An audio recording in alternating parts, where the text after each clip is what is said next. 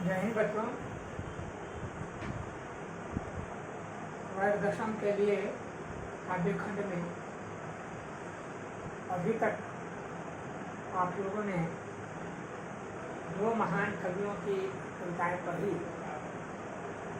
सूरदास और तुलसीदास। उसके बाद नए सिलेबस के अनुसार आपको पढ़ना है सूर्यकांत त्रिपाठी निराला की दो कविताएं। उनकी कविताओं को पढ़ने से पहले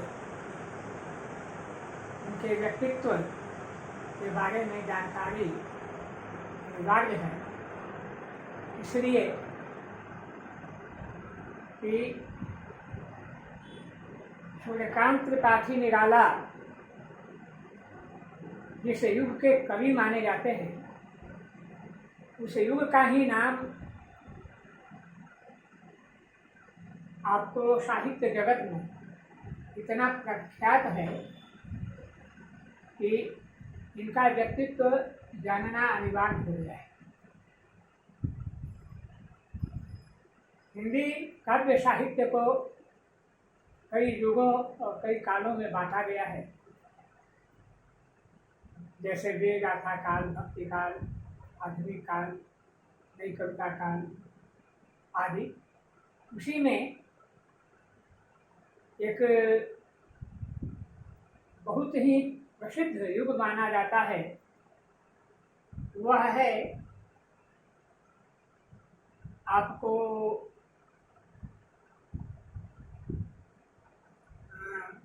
जिस युग में चार कवियों की प्रधानता है, उसे युग को छाया युग कहा जाता है। छाया युग के चार प्रमुख स्तंभ माने जाते हैं: प्रसाद, निराला, महादेवी और पंत।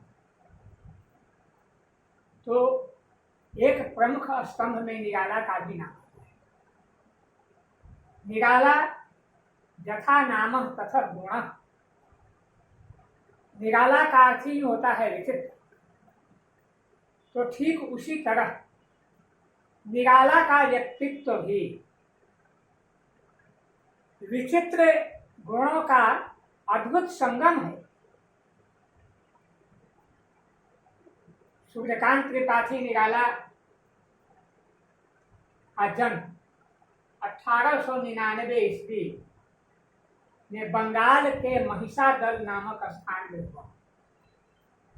इनके पूर्वज मूल रूप से गढ़ाकोला जिला उन्नाव उत्तर प्रदेश के वासी थे, परंतु वे आकर बंगाल में बस गए और यही इनका जन्म। जैसा कि मैंने कहा और साहित्यकारों का मानना भी है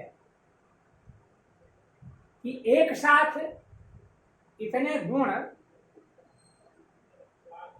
विशेष व्यक्तित्व का प्रभाव खास लोगों में ही देखा जाता है।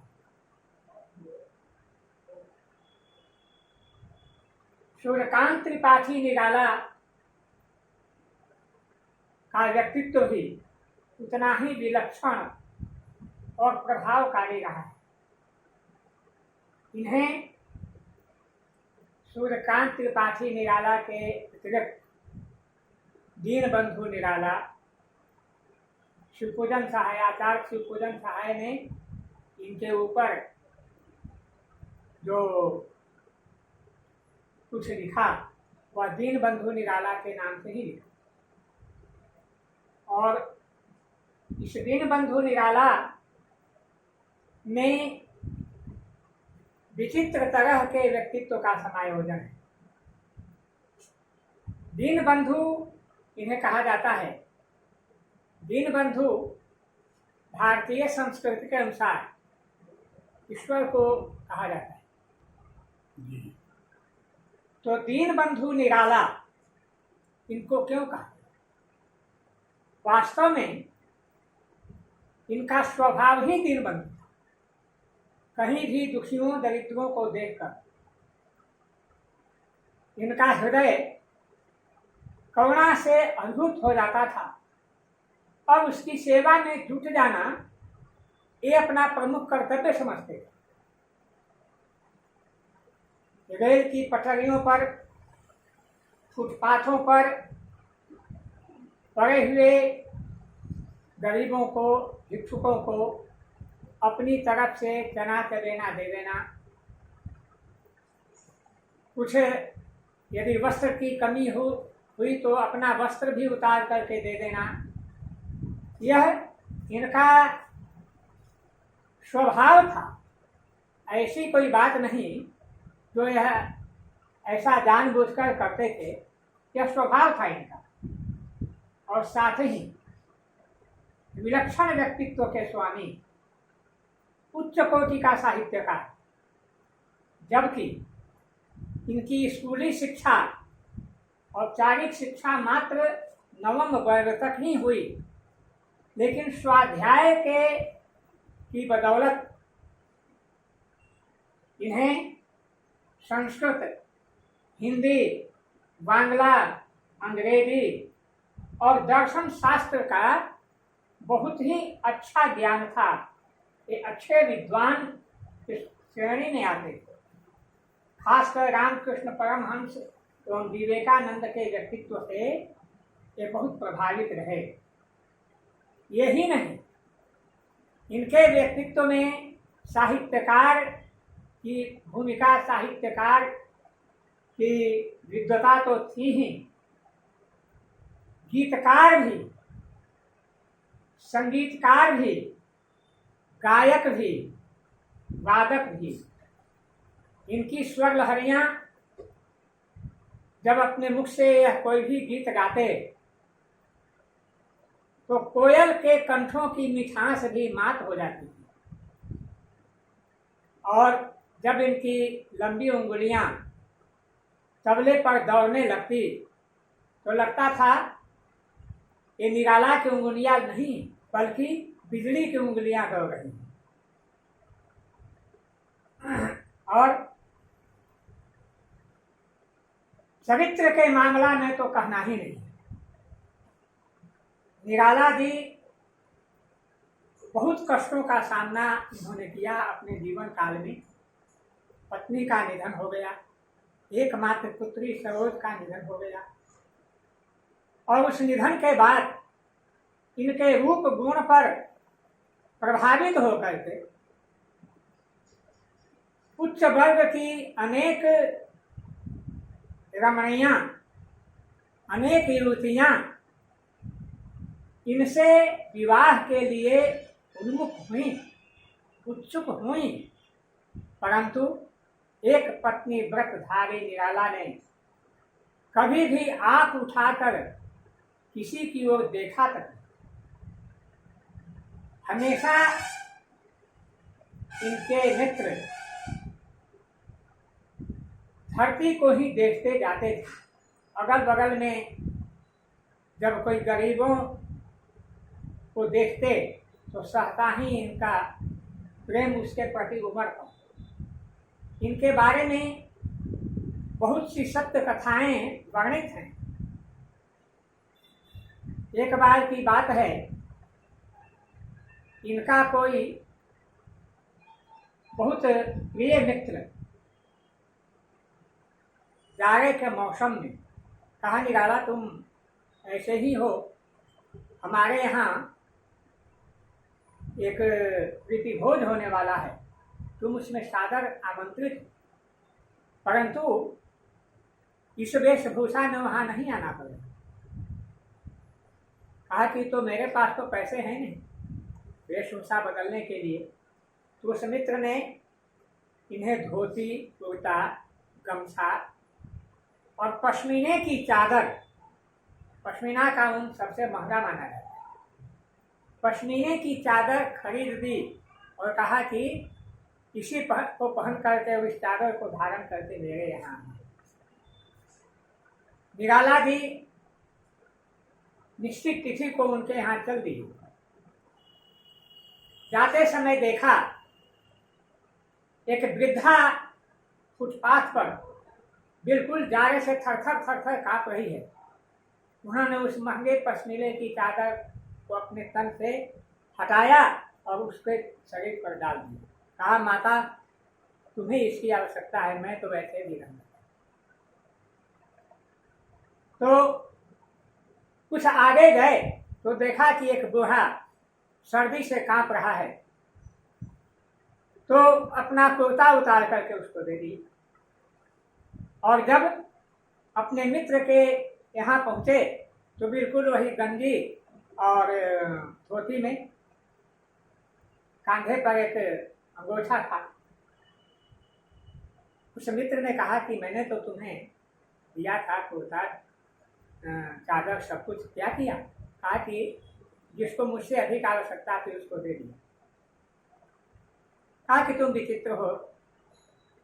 उन्होंने कहा कि फूलों की सेज पर भी करवट बदलते हैं लोग, मैं तो कांटों में भी जी लेता हूं, मेरा क्या है।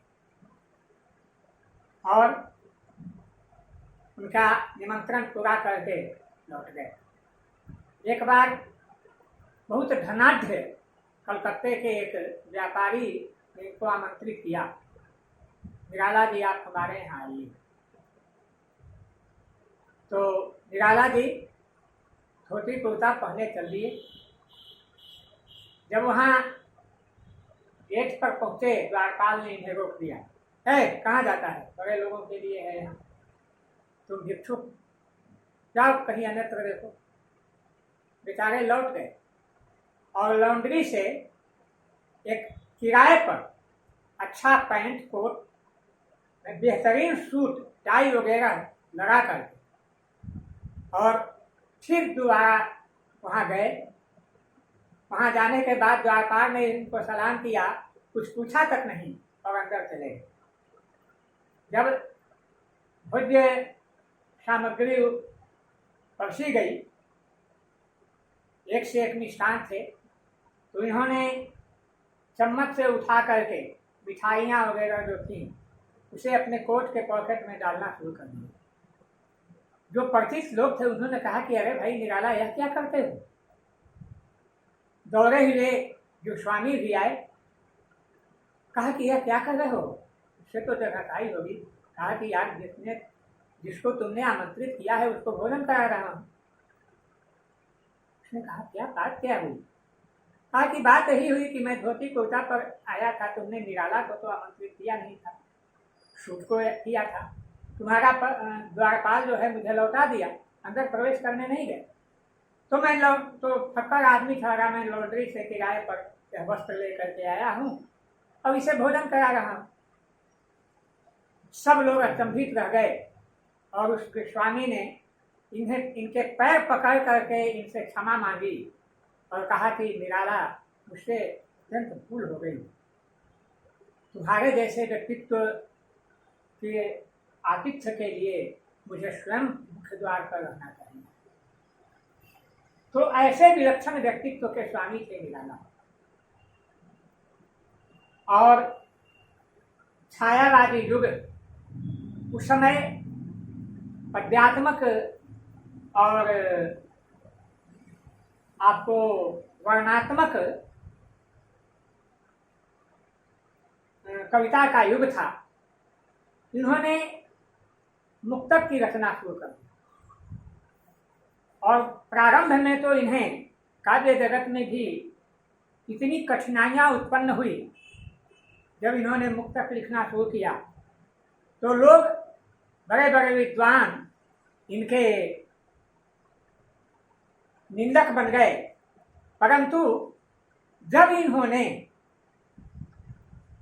अपनी दृढ़ता को स्थापित किया और दृढ़ भाव से लिखते ही चले गए, तो वही निंदक इनके अंत प्रशंसक बन गए और मुक्तक लिखने का एक प्रवाह प्रारंभ हो गया जो अभी तक चल रहा है। इनके कृतियों में अनामिका, परिमल, गीतिका, उकरमुत्ता, नए पत्ते इत्यादि इनके काव्य संग्रह हैं। वैसे निराला के काव्य संग्रह 8 भागों में उपलब्ध हैं जिनमें इनकी सारी कृतियां उपलब्ध हैं। तो ऐसे विलक्षण व्यक्तित्व के स्वामी थे निराला, और इस परम विभूति का निधन सन 1961 ईस्वी में हुआ। परंतु आज भी इनके पदचिन्हों पर आधुनिक साहित्यकार चलने का प्रयास कर रहे हैं। मैंने लिखा है इनके बारे में 2-4 पंक्तियां। मेरी एक कविता है, नई कविता, जिसमें की पंक्तियां हैं कि निराला ने छंद का जो बंद खोल डाला था, फिर भी उनके काव्य में एक अंतर्लय व्याप्त है। आज की कविता तो गद्य है कि पद्य है, पाठक के मानस में दुविधा पर्याप्त। तो ऐसे कवि थे आपके कवि सूर्यकांत त्रिपाठी निराला, जिन्हें दीनबंधु निराला भी कहा जाता है। यथा गुण यथा नामक तथा गुण को चरितार्थ करने वाला व्यक्तित्व। आज मैं केवल कवि परिचय ही पढ़ाऊंगा। कल से इनकी 2 कविताएं पढ़नी है आपके कोर्स में। वे हैं उत्साह और अट नहीं रही। कल उत्साह पढ़ाने के, क्या समय मिला तो दोनों कविताएं